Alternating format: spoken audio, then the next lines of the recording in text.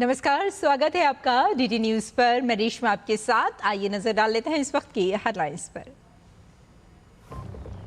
प्रधानमंत्री नरेंद्र मोदी आज आईआईटी दिल्ली के 57वें दीक्षांत समारोह में मेधावी छात्रों को करेंगे सम्मानित।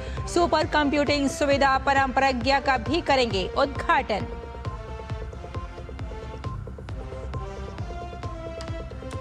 झारखंड में आंदोलनकारी छात्रों और हेमंत सरकार के बीच हुई पहले दौर की औपचारिक वार्ता। छात्रों ने साफ किया, मांगे पूरी होने पर ही समाप्त होगा आंदोलन।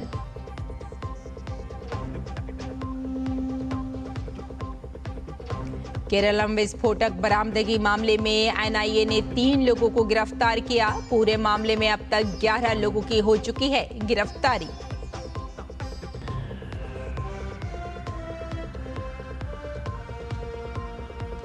देश भर में मानसूनी बारिश का दौर जारी। दिल्ली एनसीआर में हो रही बारिश ने 15 साल का रिकॉर्ड तोड़ा। केरलम और उड़ीसा समेत तमाम राज्यों में आज मूसलाधार बारिश की चेतावनी। पूर्वोत्तर भारत में भी भारी बारिश और गरज चमक के साथ बिजली गिरने की संभावना। स्पेन और इटली के बीच बढ़ा सीमा विवाद। इटली से आने वालों पर स्पेन ने भी लगाई अस्थायी रोक।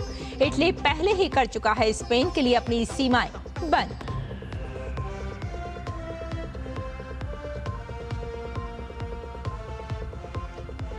और कोरिया मास्टर्स के सेमीफाइनल में भिड़ेंगी 2 भारतीय शटलर। रक्षिता रामराज और अश्मिता चालिहा के बीच होगा मुकाबला। दोनों की नजर खिताबी दौर में जगह बनाने पर।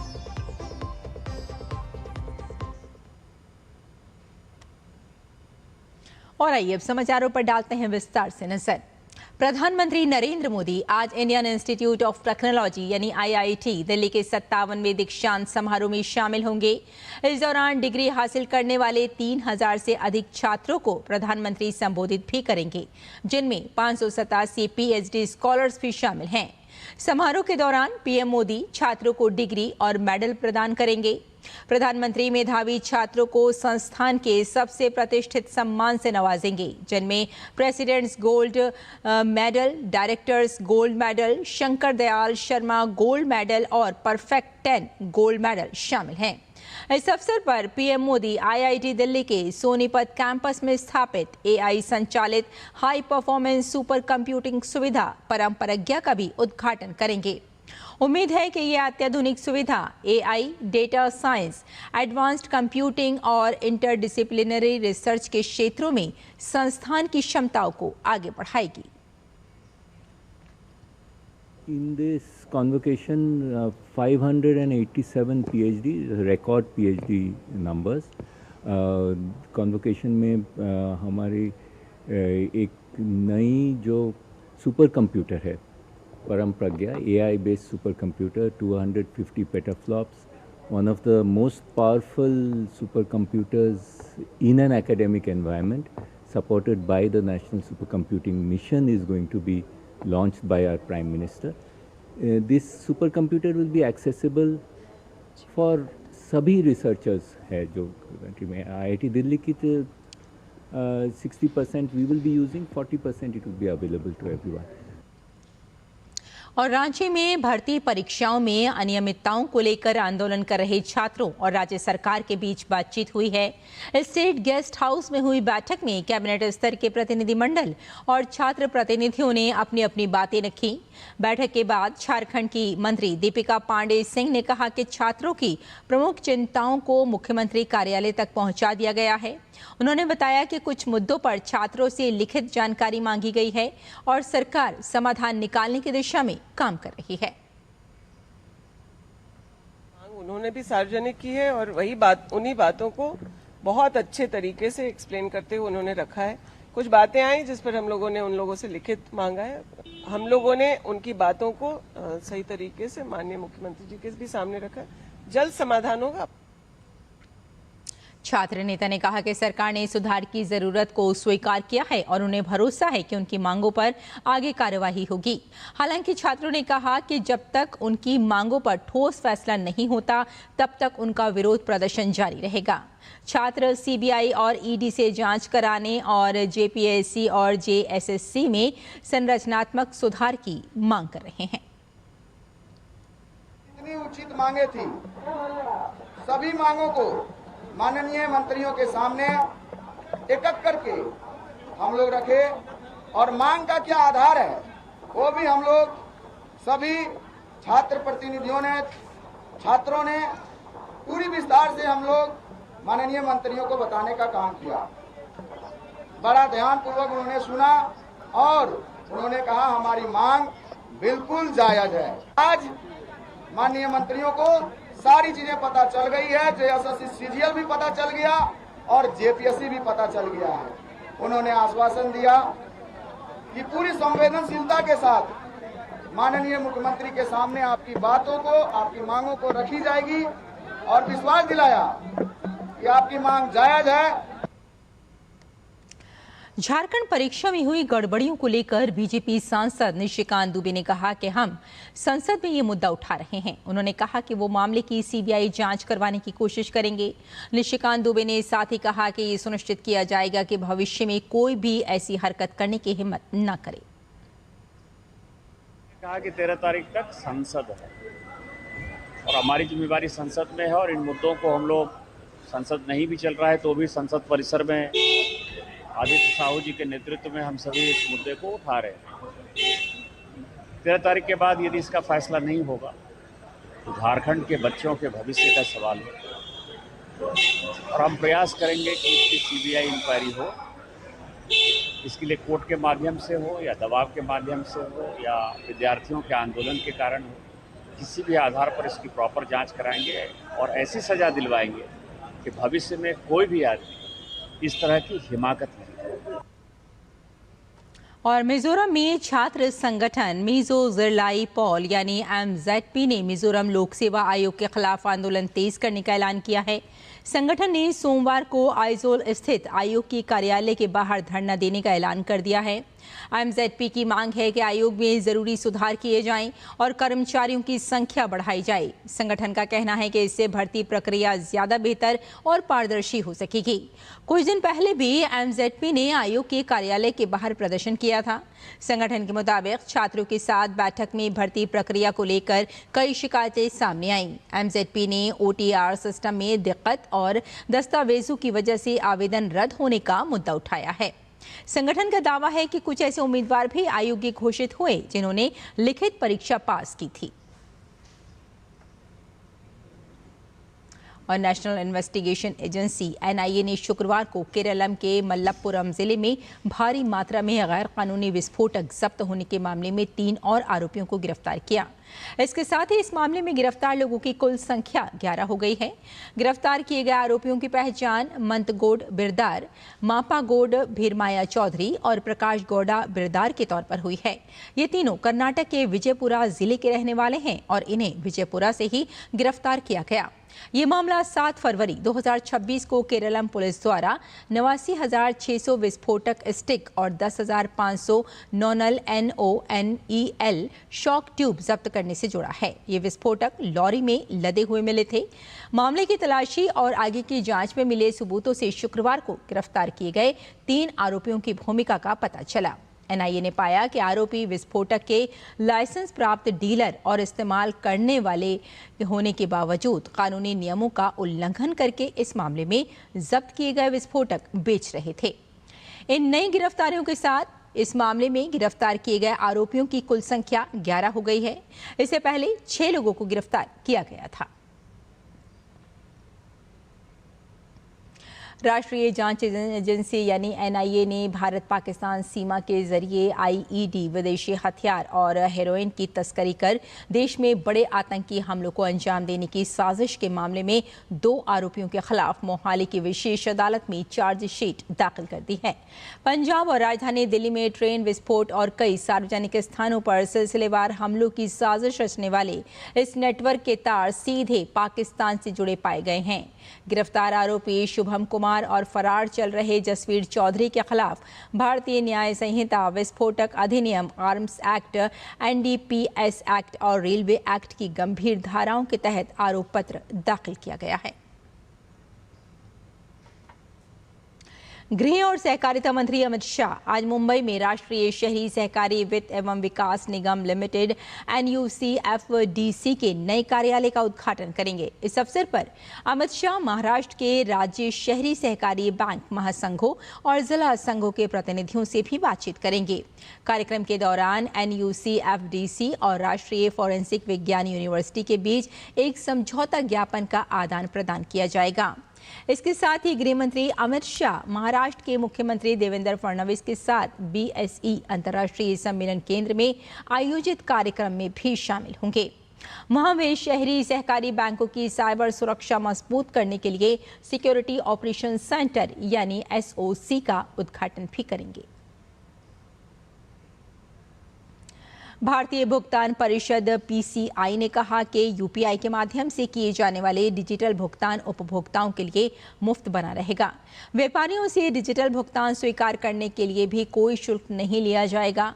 परिषद ने बताया कि बैंक, फिनटेक कंपनियां, NPCI और भारतीय रिजर्व बैंक UPI को सुरक्षित और भरोसेमंद बनाए रखने के लिए तकनीक, साइबर सुरक्षा, धोखाधड़ी रोकने और नई सुविधाओं में लगातार निवेश कर रहे हैं।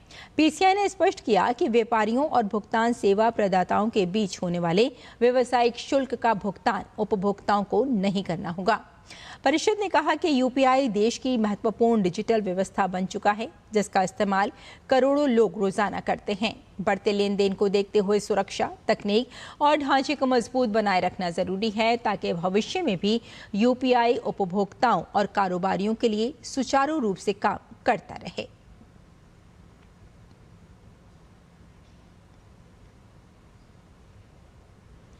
और भारत की अर्थव्यवस्था के लिए एक बड़ी राहत और अच्छी खबर सामने आई है। देश का विदेशी मुद्रा भंडार लगातार 5वें सप्ताह बढ़ा है। भारतीय रिजर्व बैंक के ताज़ा आंकड़ों के मुताबिक 31 जुलाई को समाप्त सप्ताह में भारत का फॉरेक्स रिजर्व 10.5 अरब डॉलर बढ़कर 692.866 अरब डॉलर तक पहुंच चुका है। और आपको ये भी बता दें कि जनवरी के बाद सबसे बड़ी साप्ताहिक बढ़ोतरी भी देखी गई है और लगातार 5वें सप्ताह फॉरेक्स रिजर्व बढ़ा है। और अगर हम आपको बताएं तो विदेशी मुद्रा परिसंपत्तियों में 8.75 अरब डॉलर की बढ़ोतरी भी रिकॉर्ड की गई है और गोल्ड रिजर्व बढ़कर अब 104.743 अरब डॉलर हो चुका है। NRI जमा और विदेशी उधारी से निवेश भी बढ़ा है और साथ ही करीब 40.8 अरब डॉलर का अतिरिक्त विदेशी निवेश भी पाया गया है और नए रिकॉर्ड स्तर के करीब पहुंचा भारत का फॉरेक्स रिजर्व। ये एक बड़ी खबर आपको बता रहे हैं। भारत के विदेशी मुद्रा भंडार में उछाल देखने को मिला है।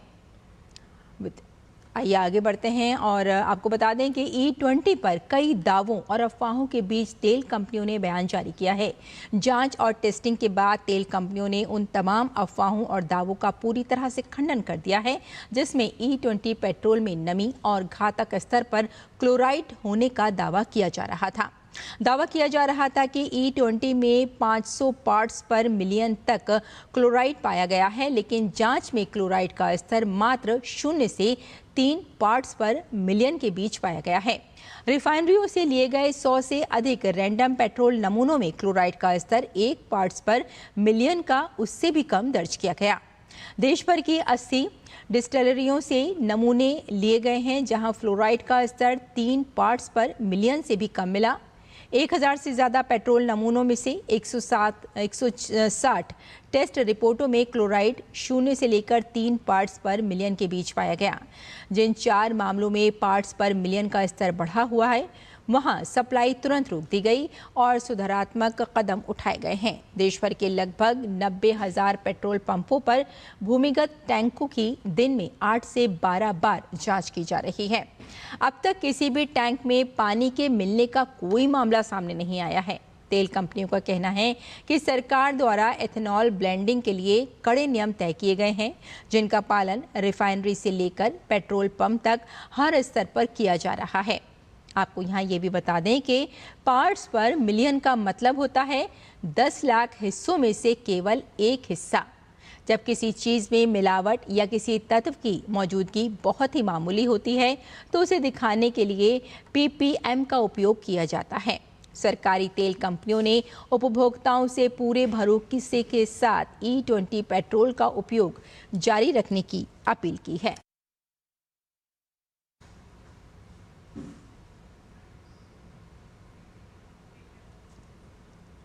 और यहाँ रुकते हैं एक छोटे से ब्रेक के लिए, जल्द हाजिर होते हैं। आप देखते रहिए DT न्यूज़।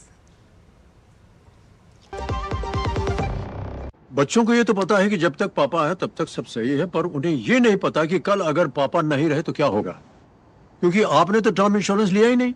थोड़ा तो समझदारी से काम लीजिए, पॉलिसी बाजार से टर्म इंश्योरेंस ले लीजिए। परिवार सबसे पहले।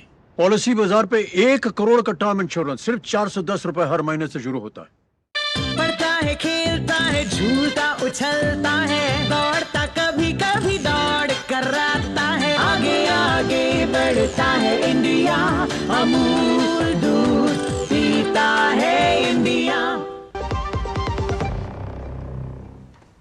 ब्रेक के बाद एक बार फिर आपका स्वागत है। आइए आगे बढ़ते हैं, कुछ और खबरें देखते हैं। देश के अधिकांश हिस्सों में मानसूनी बारिश का दौर जारी है। मौसम विभाग ने आज हरियाणा, राजस्थान, दिल्ली, केरलम और उड़ीसा में मूसलाधार बारिश की चेतावनी दी है।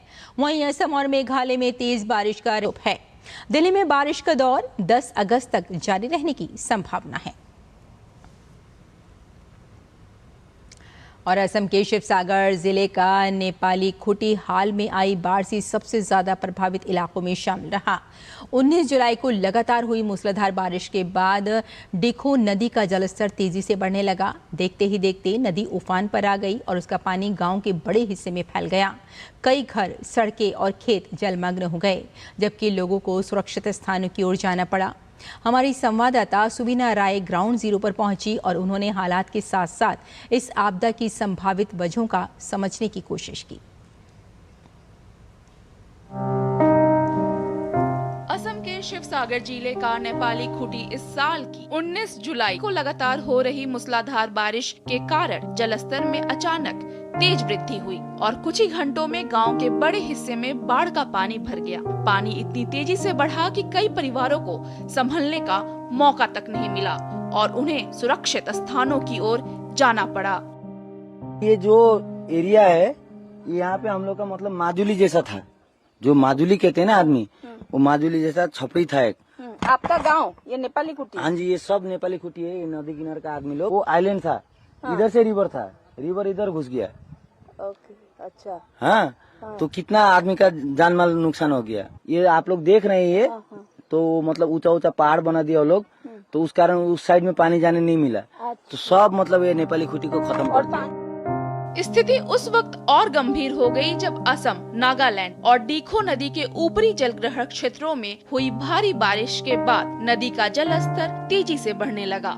नदी के उफान पर आने और किनारों से पानी बाहर निकलने के बाद बड़ी मात्रा में पानी आसपास के निचले इलाकों में फैल गया। घर, सड़कें और कृषि भूमि पानी में डूब गईं और लगातार हो रही बारिश देखते ही देखते नेपाली खुटी के लोगों के लिए एक बड़े संकट के रूप में बदल गई। लेकिन स्थानीय लोगों का कहना है कि इस बाढ़ की भयावहता के पीछे सिर्फ भारी बारिश ही एकमात्र कारण नहीं हो सकती। स्थानीय लोगों ने नदी के तल में बड़े पैमाने पर पत्थर खनन और नागालैंड के ऊपरी पहाड़ी क्षेत्रों में कथित खनन गतिविधियों को लेकर भी चिंता जताई है। उनका मानना है कि भारी बारिश के साथ इन गतिविधियों ने नदी के प्राकृतिक बहाव और चैनल को प्रभावित किया हो सकता है, जिससे बाढ़ की स्थिति और गंभीर हुई।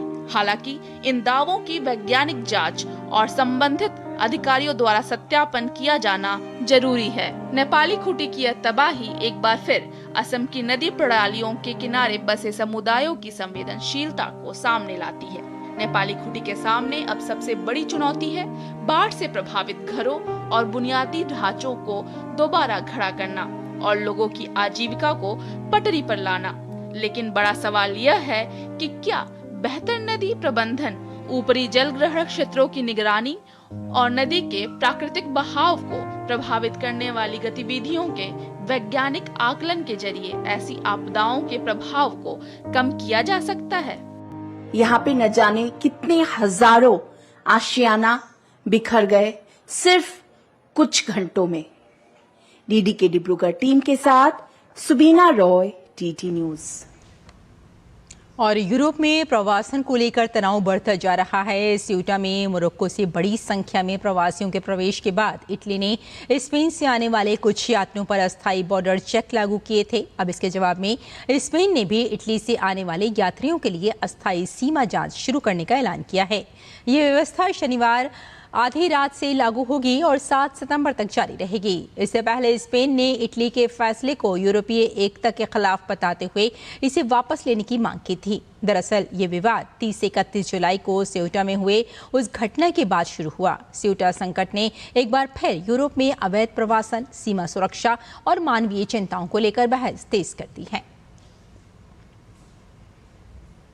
और कोरिया मास्टर्स बैडमिंटन टूर्नामेंट के सेमीफाइनल में आज भारत के 2 खिलाड़ी आमने सामने होंगी। प्रतियोगिता के एकल महिला वर्ग के सेमीफाइनल में भारतीय शटलर रक्षिता रामराज और अश्मिता चालिहा आमने सामने होंगी। आज होने वाले मुकाबले में दोनों खिलाड़ियों की नजर जीत के साथ खिताबी दौर में जगह बनाने पर होगी।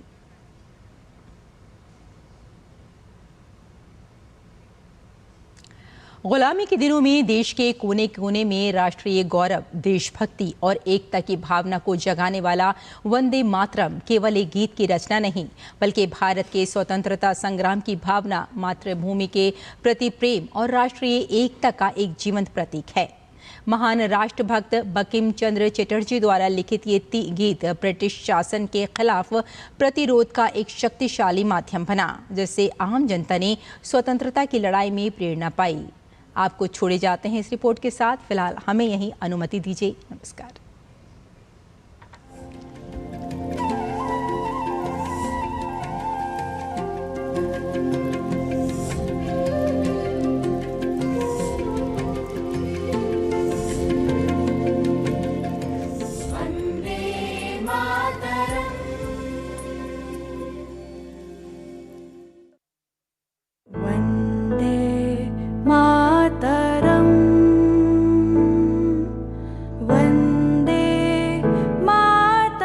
आज से 150 साल पहले महान बांग्ला साहित्यकार और राष्ट्रप्रेमी बंकिम चंद्र चटर्जी द्वारा लिखा गया वंदे मातरम गीत आजादी के संघर्ष के दिनों में न केवल भारत के स्वतंत्रता संग्राम का प्रतीक बन गया, बल्कि करोड़ों देशवासियों में देशभक्ति के प्राण भी फूंके।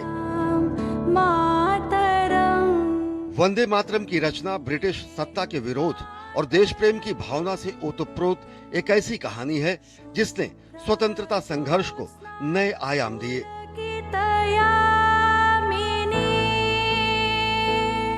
इस गीत की रचना की पृष्ठभूमि 1870 के दशक में बंगाल के भीषण अकाल, अंग्रेजी कुशासन और जमींदारों के शोषण से मर रही जनता को जागृत करने के लिए उठे सन्यासी विद्रोह पर आधारित था।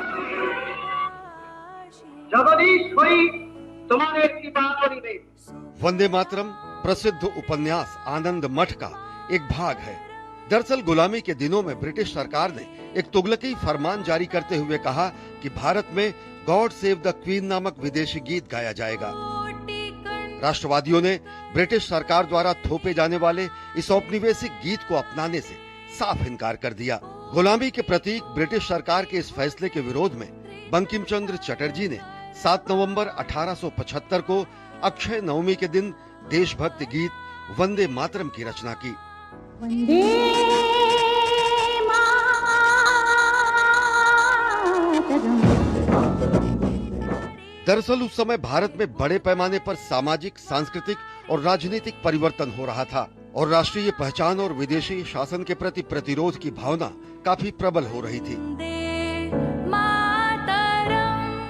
ऐसे में वंदे मातरम गीत ने माँ भारती को शक्ति, समृद्धि और दिव्यता के प्रतीक के रूप में प्रस्तुत किया और भारत की एकता और आत्मसम्मान की भावना को जागृत करते हुए उसे एक काव्यात्मक स्वरूप दिया।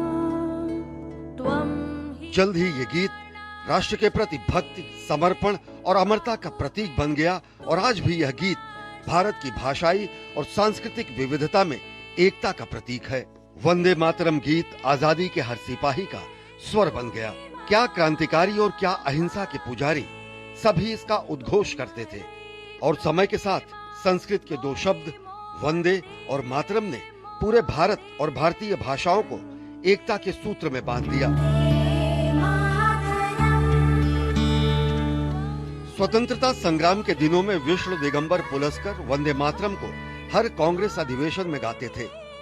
एक बार तो मोहम्मद अली जब उन्हें रोकने की कोशिश की तो उन्होंने मोहम्मद अली की बातों को नकारते हुए इसे गाया।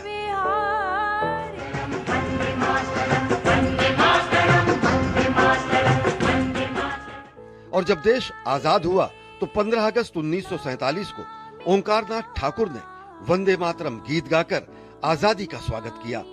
आजादी का प्रतीक और हमारे स्वतंत्रता संघर्ष की निशानी इस राष्ट्रीय गीत का अनेक भाषाओं में अनुवाद किया गया। प्रख्यात लेखक, कवि और स्वतंत्रता सेनानी सुब्रमण्यम भारती ने इसका तमिल में अनुवाद किया। स्वर कोकिला लता मंगेशकर ने कन्नड़ भाषा में वंदे मातरम की शानदार प्रस्तुति दी है। स्वतंत्रता की 50वीं वर्षगांठ के अवसर पर स्वस्थ न होने के बावजूद पंडित भीमसेन जोशी ने संसद भवन के सेंट्रल हॉल में खड़े होकर वंदे मातरम गीत गाया।